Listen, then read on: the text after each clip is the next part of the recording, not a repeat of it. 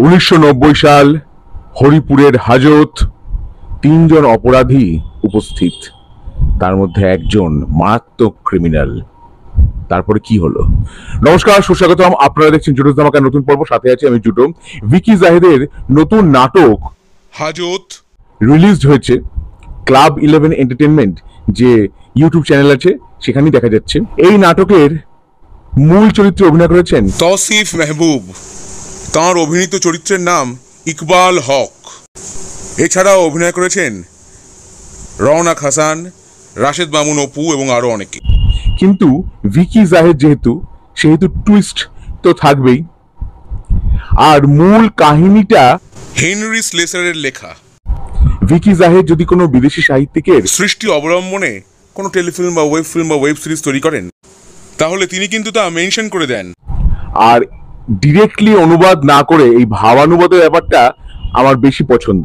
হরিপুরের গ্রামে যিনি দারোগা বদরুল, মানে রওনাক হাসান, তিনি সেই গ্রামে সেই থানায় থাকতে চান না। বারবার করে তিনি ট্রান্সফার নিতে চান, কিন্তু তার ট্রান্সফার হয় না। আবার সেই গ্রামের চেয়ারম্যানের মেয়ের নৃশংস হত্যাকাণ্ড হয়েছে। কে করলো হত্যা? একজন ক্রিমিনাল ধরা পড়েছে, নাম হচ্ছে মোখলেস, কিন্তু সে কথা বলতে পারে না, ভয়ঙ্কর চোখের দৃষ্টি, রাশেদ মামুন অপু। আবার বলা হয়েছে যে সে নাকি ভয়ঙ্কর, হ্যাঁ ভয়ঙ্কর শব্দটা ব্যবহার করা হয়েছে, ভয়ঙ্কর রঘু ডাকাত দলের অংশ। তবে রঘু ডাকাত নামটা ব্যবহারের ক্ষেত্রে আমার একটা কথা আছে।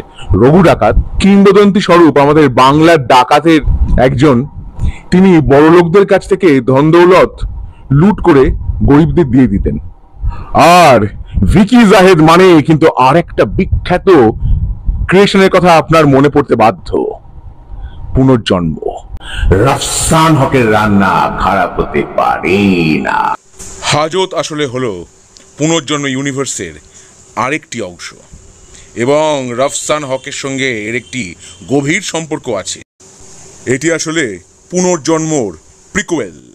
ভিকি জাহেদের অন্যান্য অনেক নাটকে এর চেয়ে থ্রিল বেশি ছিল, কিন্তু নাটকটা দেখতে আপনার ভালোই লাগবে। হালকা মোমেন্টসও বেশ কিছু আছে, যদিও আমার মনে হয়েছে যে দৈর্ঘ্য আরো একটু কম করা যেত। রওনাক হাসান অনেক দিনের অভিনেতা, তিনি অভিনয় করেছেন দারোগার চরিত্রে। তৌসিফ, তিনি বাংলাদেশের জনপ্রিয় একজন অভিনেতা। ব্যবসায়ী ইকবাল হকের চরিত্রে তিনি অভিনয় করেছেন। ইকবাল হকের গাড়ির ধাক্কায় অনিচ্ছাকৃতভাবে এক ব্যক্তি, তার নাতি হালকা একটু জখম হয় এবং তাদের ছাগলটি মারা যায়, এবং সেই কারণে কি জন্য তাকে থানায় নিয়ে আসা হয় তা দেখবার জন্য আপনাদের দেখতে হবে এই ওয়েব ফিল্ম বা নাটকটি। এবং ইকবাল হকের যে বিভিন্ন এক্সপ্রেশনস তা দুর্দান্তভাবে ফুটিয়ে তুলেছেন তৌসিফ।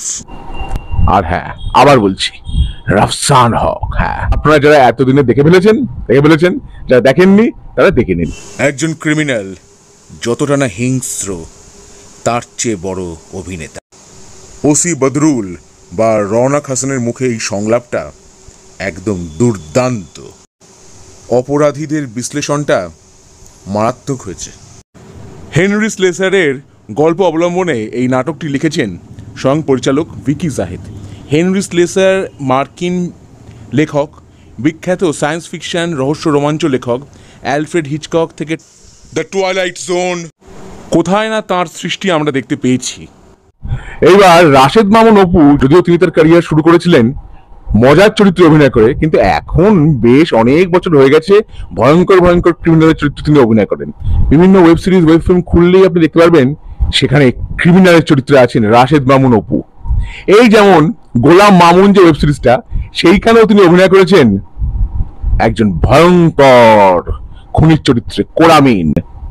কিন্তু সেখানে মজার দৃশ্যও আছে, যেমন একটি দৃশ্যে অপূর্বকে তিনি বলছেন গুড বয়, ব্যাড বয়, ময়না পাখি ডাউন, মানে বন্দুকটাকে রাখতে বলছেন। আরো অনেক দৃশ্য আছে, সেটা আমার মনে পড়ছিল এই ওয়েব ফিল্ম বা নাটক যাই বলুন এটা দেখতে গিয়ে। সুরের দায়িত্বে আছেন অর্ণব হাসনাত।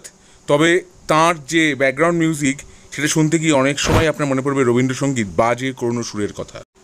আর আরেকটা ব্যাপার লক্ষ্য করলাম, নোটিশ বোর্ড, যে বোর্ডের মধ্যে যে বাংলা বানানটা, সেটা ট লিখ থেকে ঢ হয়ে গেছে। টয়ের যে মাথার উপরে একটি দাগ থাকে, যেটি একটি, সেইটা দিতে কোনোভাবে ভুল হয়ে গেছে। ভিকি জাহিরের হাজত নাটকটা দেখে আমার কেমন লাগলো, আমার অভিজ্ঞতা আপনাদের সঙ্গে আমি ভাগ করলাম।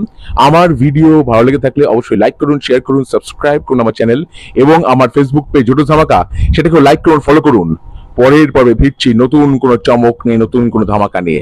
হ্যাঁ, ভিস্টা জুডোস ধামাকা, লেটস ডু দ্য ধামাকা।